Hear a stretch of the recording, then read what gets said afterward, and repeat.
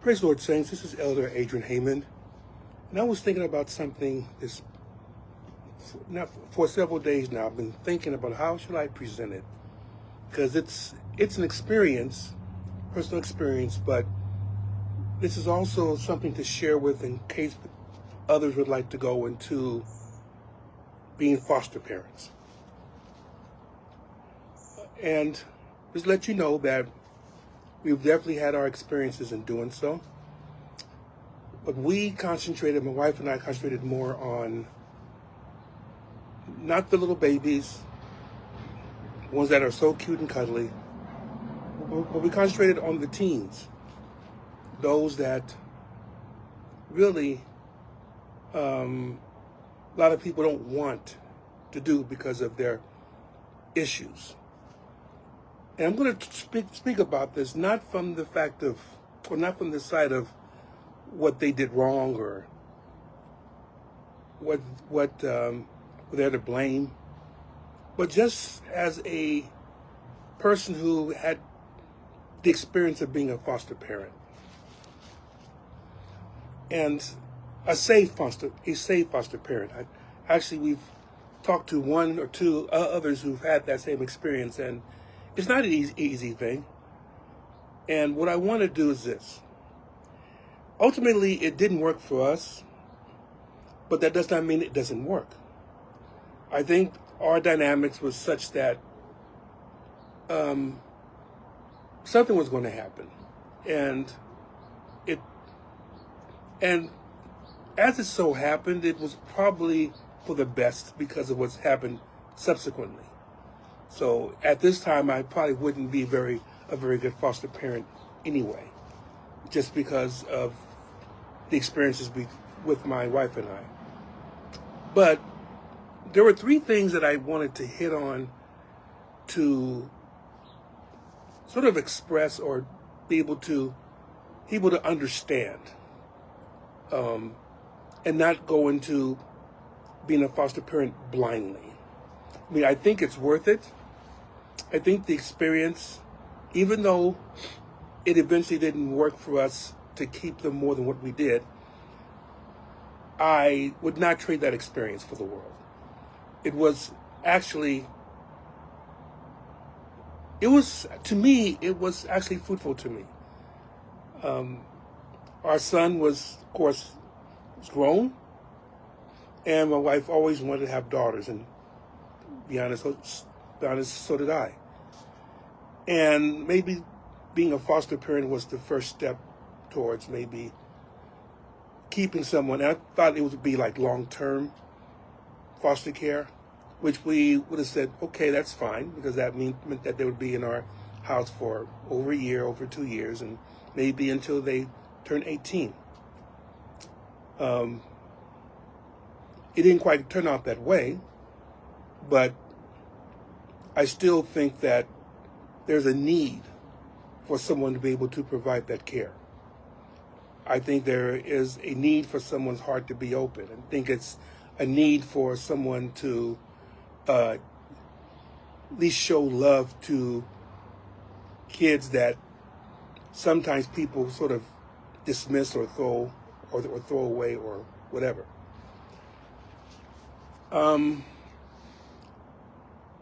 It's possible that the foster daughters that we had were to go their own way anyway. Just letting you know, one of them, at least from the last I heard, was doing pretty well at Cal State Long Beach. Not that we put her there. She was actually a pretty smart person when we first got her. But I think that and she just needed a place to sort of recover from her trauma. And that's the one thing. Understand that every one of these kids have experienced trauma. 14-year-olds, 15-year-olds, 16-year-olds, 13-year-olds. In some way and form, they have observed and went through trauma. So that's one thing you have to understand, that if you've kept your kids sheltered and they haven't really experienced a lot of things, well, these kids have. They've experienced things that your kids would never even have thought of. They've experienced it. So you have to deal with that. Now, based upon that, There are three different things I've jotted down that, and there could be more as I go through, but at least these three are come to my mind when I think about them. And to be honest, I do think about my foster daughters a lot, even though I don't see them anymore. I don't hear from them, and it's not their fault. They have a life. So it's not as if they don't care or they didn't care or whatever, so on. But they have a life, and we have ours. But it doesn't mean that I've lost all feeling for them. I care about them a lot, if truth be told. I hope that they do well. I want them to succeed. I want them to be able to go into society, be able to not be crushed by it, but to be able to survive it and actually exceed, thrive in it. But again, here's my three that I have jotted down. First one, don't expect them to accept authoritarian ways, even if it's clear that they need it. Now understand, as saints, as children of the King, we do tend to be authoritative. And I'm not saying it's wrong. I think that there is a room and a place for structure. And to be honest, many of these kids do need structure because they have never experienced it, either through neglect or through abuse or something of this nature. They haven't really had structure, so they haven't been able to understand the ways of this world except through their own eyes, which is in many cases distorted. Not their fault, but that's how they were grown up. And of course, we've tried to put structure into these girls' lives, and had mixed results with it. I still think that we would provide them a better foundation, and I think we gave them that foundation. But they're not used to it. They're not used to structure. They're used to doing things their own way. They're used to doing things to survive. And that meant, in many cases, going against things that would normally fit within a structured environment. So it's tough when you want to employ something, especially if you want to give them a sense of belonging, a sense that God loves them, a sense that essentially you have to do this in order for you to succeed, because they don't see it that way. They've survived, and all they know is survival. And so they fall back on those tendencies, and so in many cases they'll buck up against it. Even if they say that they want structure, they want someone to put rules down. But when it comes to pushing stuff, they have a tendency to push back because it's not what they're used to. And it's not, again, their fault. It's not their fault. And you keep saying, well, it's your fault. Well, maybe so. Maybe they should have grasped on it. But the way I look at it, we're taking them from an environment where they had to be at their wits, and they had to be able to just respond to things or to make sure that they're sane or whatever. And now you want them to wash dishes. You want them to make their bed. You want them to, do these things which seem to be normal to us, and even our own kids would, so sometimes, I don't want to do that. Well, take that and multiply it by 1,000. But trying to understand where they are. Again, I'm not saying that you can't apply structure. I'm saying to understand why you may have pushback and why the pushback may be pretty substantial. Understand this. And so if you understand it, then you're able to anticipate and be able to maybe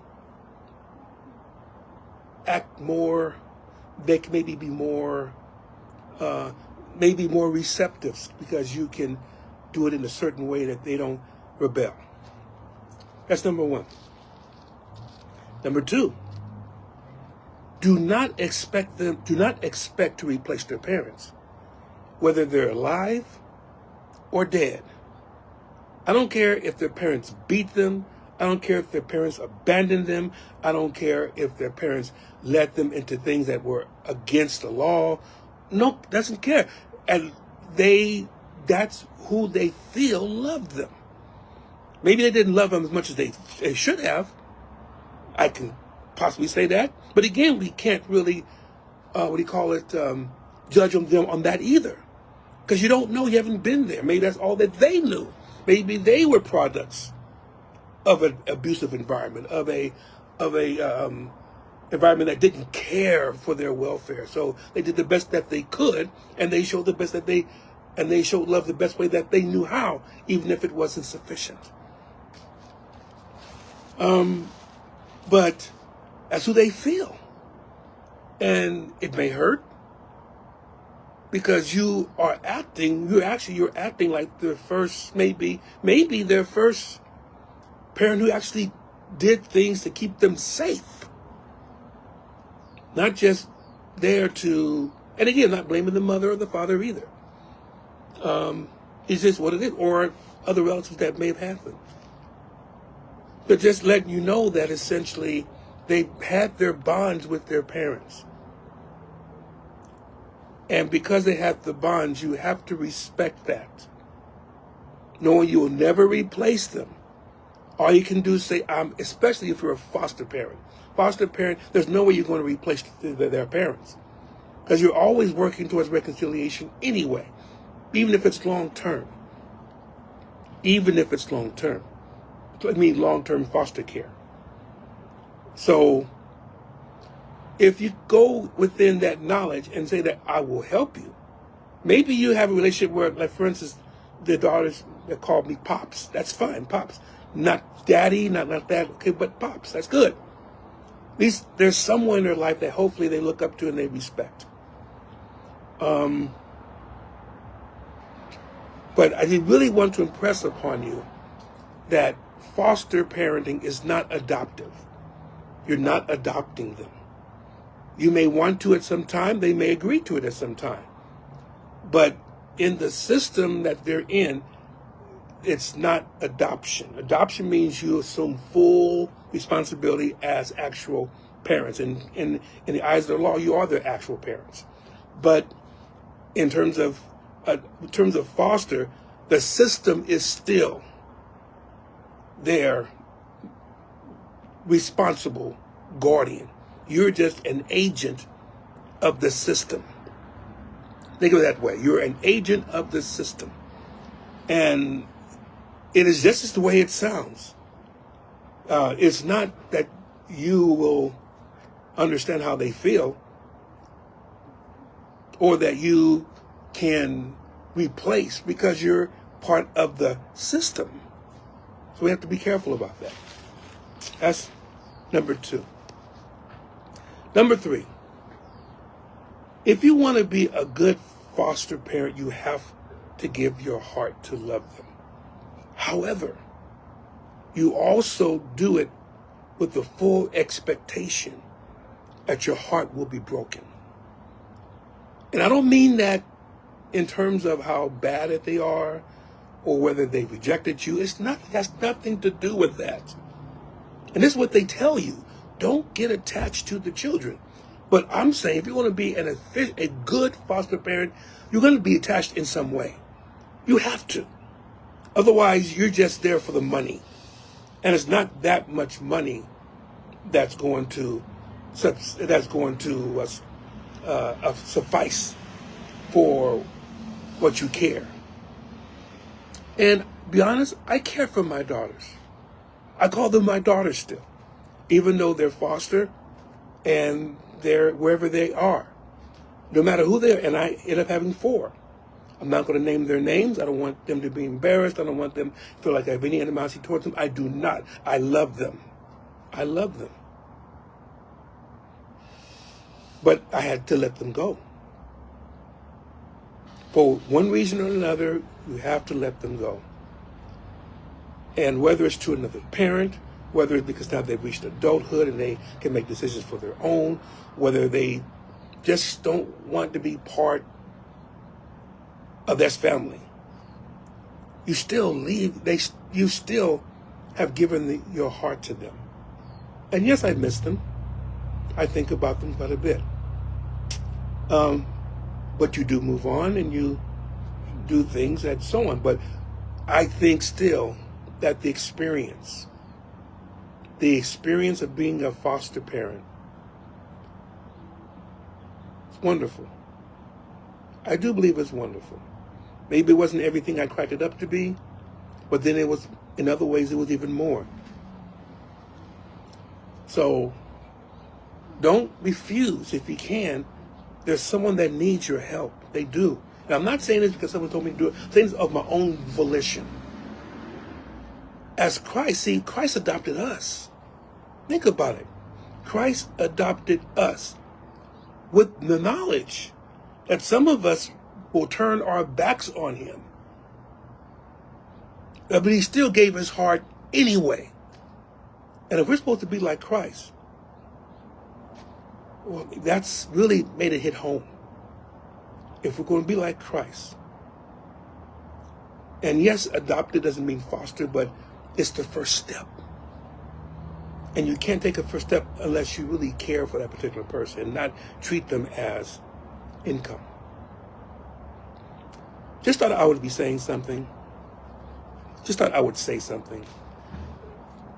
And sure, you can talk to other people who have been in the foster system or who have operated as foster parents, and they'll give you their ideas. But I would say this. Last thing I'm going to say as a summary.